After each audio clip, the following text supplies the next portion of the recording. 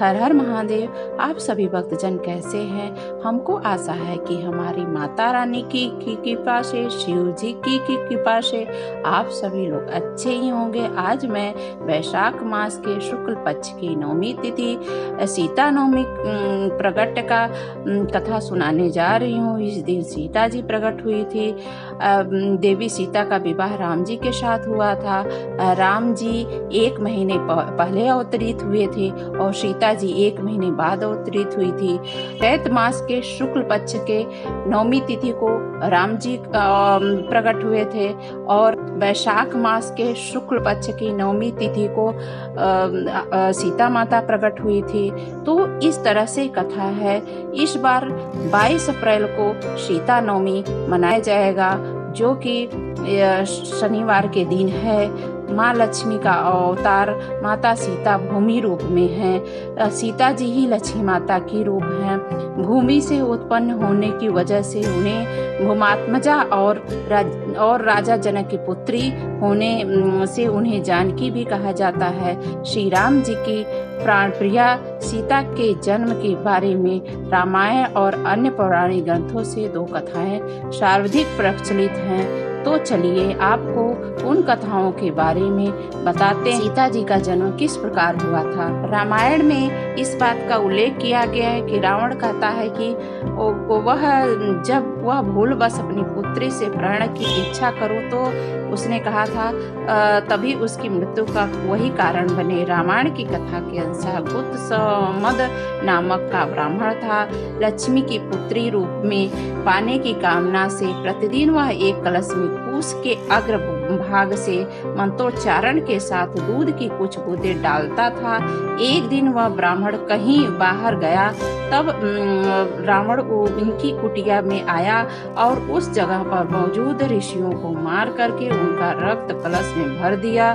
यह कलश लाकर रावण ने मंदोदरी को सौंप दिया। रावण ने कहा कि ये अति तीक्ष्ण विष है, इसे संभाल कर रख दो। मंदोदरी रावण की उपेक्षा से दुखी थी और मौका देखकर मंदोदरी ने कलश में रखे हुए रक्त को पी लिया।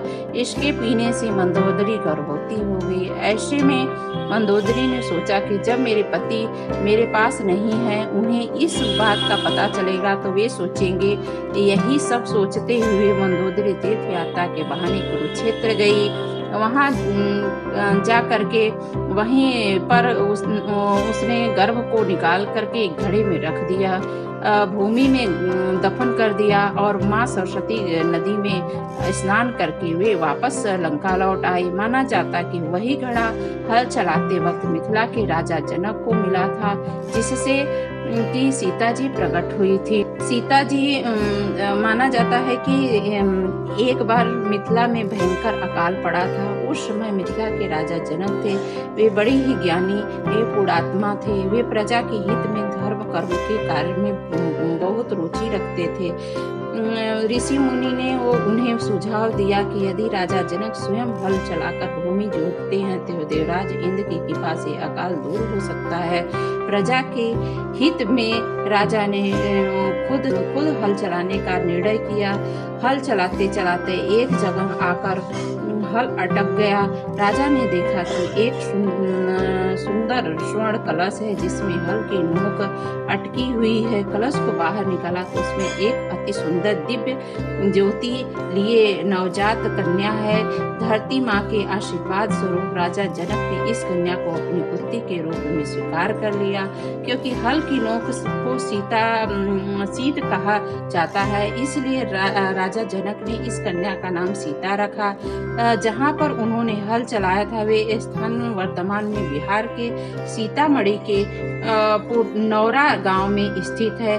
वहीं बताया जाता है कि सीता जी ने प्रकट हुई थी। धर्म शास्त्रों के अनुसार भगवान राम ने सहित जानकी का जो व्रत इस व्रत को रखता है और जो बड़े बड़े दानी हैं इस दिन भूमि का दान करते हैं तो उनके सभी कष्ट दूर होते हैं, दुखों से मुक्ति मिलती है और सारे कष्ट दूर हो जाते हैं। इस दिन व्रत रखने वाली सुहागिन स्त्रियों को अखंड सौभाग्य मिलता है और कुंवारी कन्याओं को अच्छे वर प्राप्ति होती है। इस दिन घर में रामायण का अखंड पाठ करने से घर की नकारात्मक ऊर्जा समाप्त हो जाती है और सकारात्मक ऊर्जा प्रवेश कराती है। घर में सुख शांति आती है। मान्यता है कि कन्याओं का विवाह में विलंब हो रहा तो उन्हें मनचाहा साथी मिलता है। जो दिक्कतें आ रही हैं इस व्रत को करने से पूरी हो जाते हैं। इन्हें इस दिन विशेष रूप में यह व्रत किया जाता है, इसलिए जो लोग यह व्रत करेंगे, जो यह पूजा पाठ करेंगे,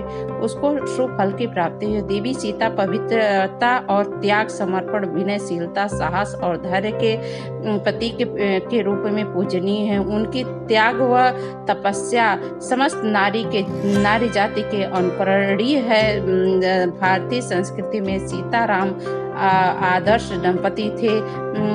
सीता राम जी ने जहाँ मर्यादा का पालन करके आदर्श पति और पुरुषोत्तम पद प्राप्त किया, वहीं सीता जी ने सारे संसार के समक्ष अपने धर्म के पालन का अनुपम उदाहरण प्रस्तुत किया। समाज को उन्हें संस्कार और संबंध जीवन प्रबंधन के बारे में सीख लेनी चाहिए। सीता जी के साथ वनवास में रही जबकि उनका जाना जरूरी नहीं था। यह बात इस तरफ इशारा करती है कि किसी भी परिस्थिति यहाँ बदलने से हमारी इच्छा, पति के प्रति निष्ठा बदलनी नहीं चाहिए। हमारी निष्ठा प्रेम और ऊंचे पद को दिलाने के लिए है। रावण ने अपहरण कर सीता को अशोक वाटिका में रखा था,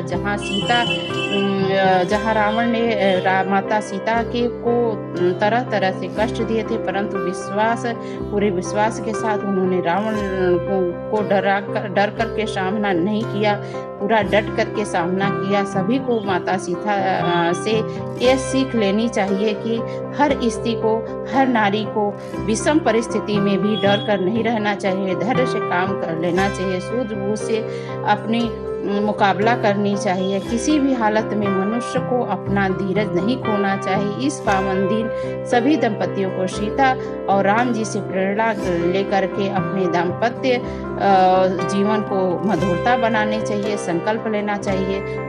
तो ऐसे ही है सीता जी की कथा। सब्सक्राइब करिए, शेयर करिए। ओम हर हर।